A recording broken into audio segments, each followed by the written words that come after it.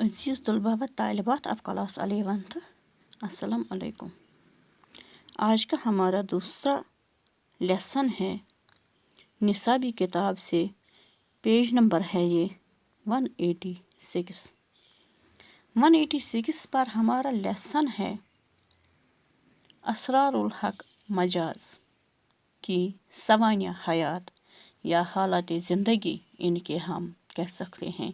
تو ان کے حالات زندگی کیا تھے یا ان کی سوانح حیات کیا تھی؟ جی ہاں بیٹے، اسرار الحق مجاز، نام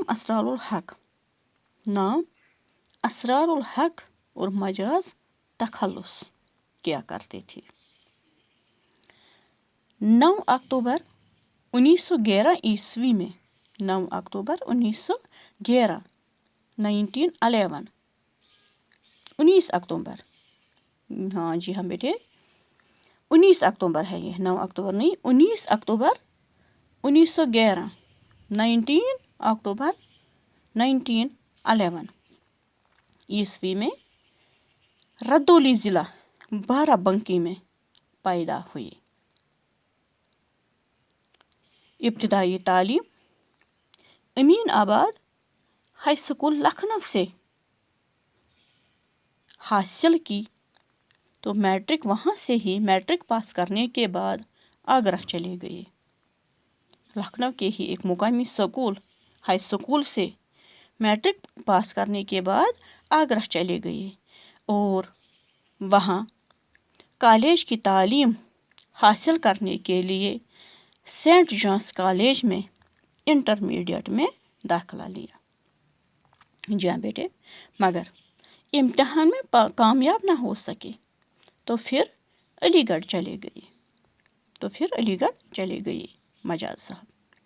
یہاں سے 1935 عیسوی 1935 عیسوی میں بی اے کا امتحان پاس کرنے کے بعد کئی جگہوں پر ملازمت حاصل کی، کئی جگہوں پر ملازم ہوئے، مختلف مقامات پر ملازمت کی، لیکن ملازمت کی غلامی ان کی طبیعت کو راس نہ آئی اور ملازمت چھوڑ دینے کے بعد انہوں نے شعر و ادب کے لیے اپنی پوری زندگی وقف کر دی، شعر و ادب کے لیے۔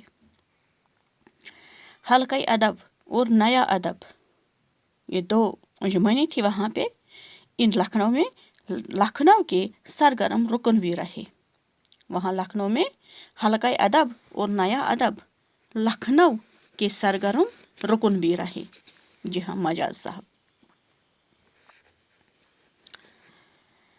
شعر و شاعری کا شوق بچپن سے ہی تھا، تو علی گڑھ کی رومان پرور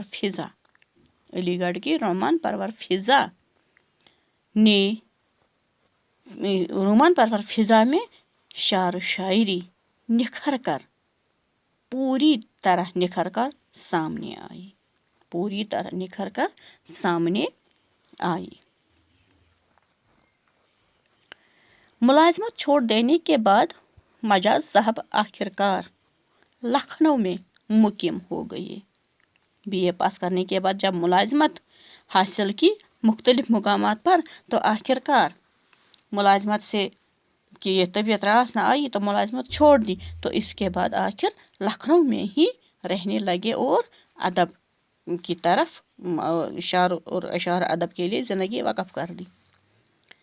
تو انہوں نے اپنے زمانے کی غلامی، وقت کے حالات جو اس وقت تھے، انہوں نے اپنے زمانے کی غلامی کا شدت سے احساس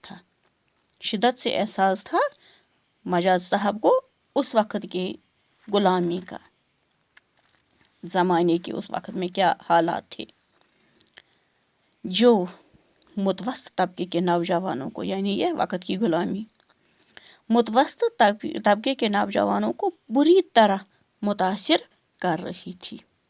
تو مجاز صاحب اپنی تمام عمر اپنی شاعری کے ذریعے نوجوانوں کو اس فرسودہ نظام کے بدل دینے کی دعوت دیتے رہے۔